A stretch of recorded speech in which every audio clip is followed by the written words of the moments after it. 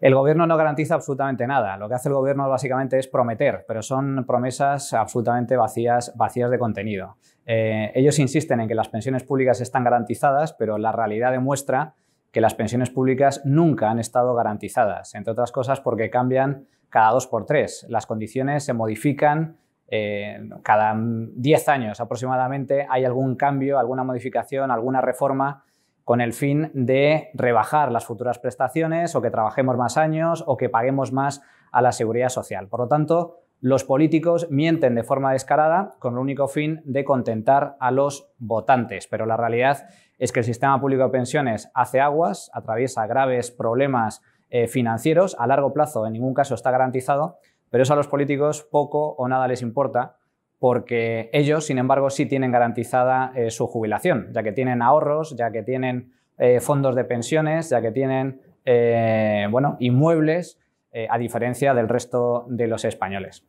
Si se mantiene el actual sistema de reparto, los españoles están condenados a trabajar cada vez más años para cobrar una prestación cada vez más baja. El problema de fondo es que estamos atravesando una profunda crisis demográfica y esa crisis demográfica tarde o temprano va a acabar haciendo mella en el sistema público de pensiones de tal forma que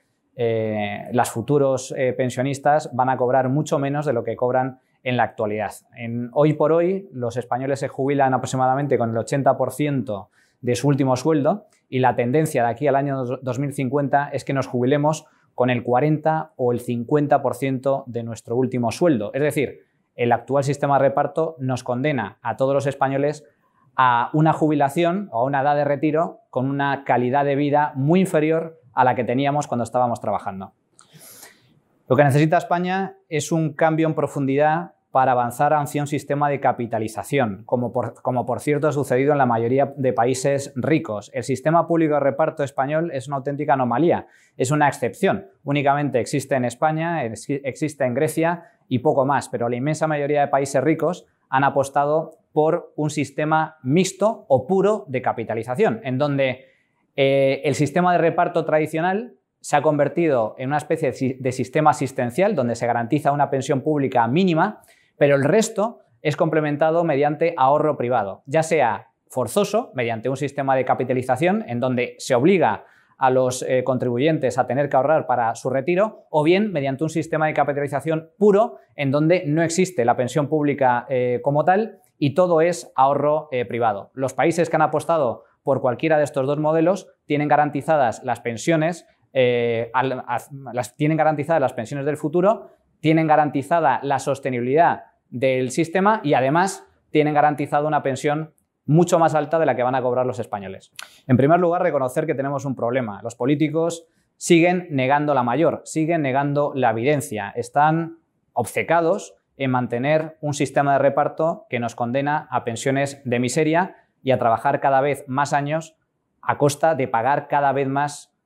a la seguridad social. Por lo tanto, el primer paso, el fundamental, es reconocer que existe un problema, que este sistema público no se puede mantener en el tiempo, que en caso de mantenerse en el tiempo nos aboca a graves problemas financieros, a recortes sustanciales en el sistema público de pensiones y, sobre todo, a una fuerte subida fiscal que finalmente puede acabar minando el crecimiento de la economía española y también la creación de empleo. Por lo tanto, una vez que se reconozca el problema, el segundo paso es abrir el debate. Es decir, tenemos un problema, vamos a encontrar una solución. Y ahí es donde todos los partidos políticos tienen que hacer un esfuerzo para intentar avanzar hacia la introducción de sistemas de capitalización o sistemas como el que existe en el País Vasco, que son los famosos planes de empleo, en donde los españoles van a poder ahorrar para su futura jubilación con el fin, como mínimo, de complementar las pensiones públicas.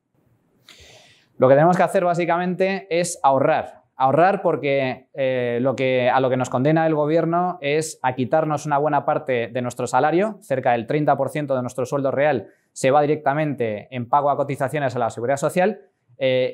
sin embargo, lo que nos ofrece a cambio es una pensión pública que nos condena a prestaciones muy bajas de cara a nuestro retiro, de tal forma que está en nuestras manos, es nuestra responsabilidad el poder ahorrar lo máximo posible para poder complementar nuestras pensiones públicas y de esta forma garantizarnos una pensión más o menos digna. Y esto se puede hacer de múltiples formas. Por desgracia, los españoles no tienen una enorme cultura financiera y normalmente suelen invertir sus ahorros, mayores o menores, en la compra de vivienda o en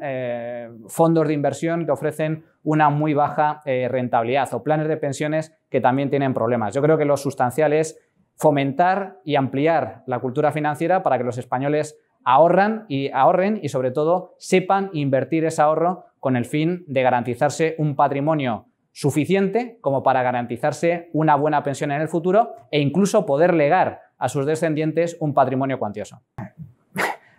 Como son ellos los que hacen la ley, si algún día los partidos políticos deciden aprobar una ley para hacer cumplir los programas, el mismo día que gana uno e incumple, seguramente cambiará la ley. Por lo tanto, no creo que tenga ninguna utilidad una medida de esas características. No, lo que tiene que haber es coherencia y sobre todo dignidad desde el punto de vista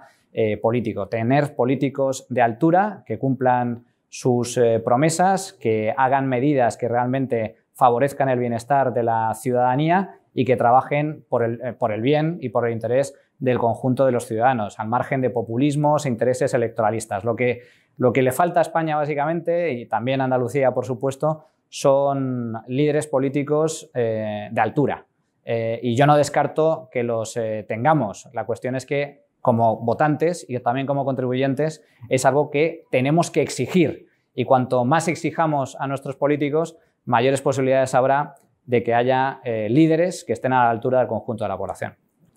Bueno, ahí entramos en un dilema complejo porque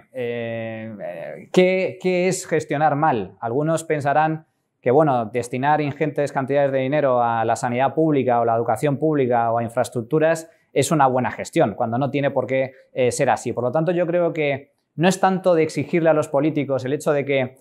paguen con su patrimonio los errores cometidos. Yo creo que evidentemente si cometen delitos, si roban, si cometen irregularidades o hay problemas de corrupción, lógicamente tienen que hacer frente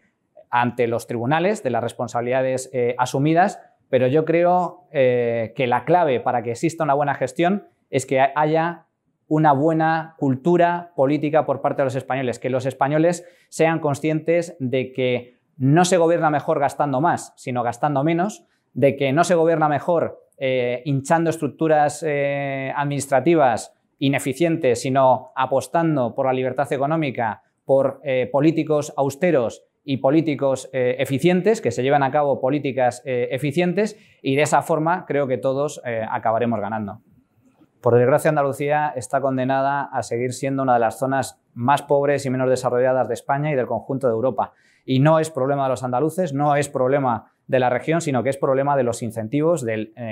nefasto, ineficiente régimen político que existe en Andalucía, en donde se ha establecido una red clientelar, una red de subvenciones públicas, una red en donde lo importante es estar próximo al poder para conseguir un cargo o para conseguir una paga y no para generar riqueza. Cuando todos son impedimentos, cuando todos son trabas a la actividad empresarial, a la creación de riqueza y empleo, al final acabas generando una economía de subsistencia dependiente del dinero ajeno, dependiente de las transferencias que realiza el gobierno central y que finalmente se está condenado, por desgracia, a tener una renta per cápita más baja que la media de España y una tasa de paro más alta que la media de España. Por lo tanto, es una cuestión de cambiar de régimen, de cambiar de políticas, de abrazar la libertad económica, de abrazar la iniciativa empresarial, de abrazar la inversión, de abrazar también la austeridad pública y la eficiencia de la administración. Mientras no se pongan en marcha ese tipo de medidas, Andalucía, por desgracia, está condenada a seguir la senda que ha cosechado estos últimos 30 años.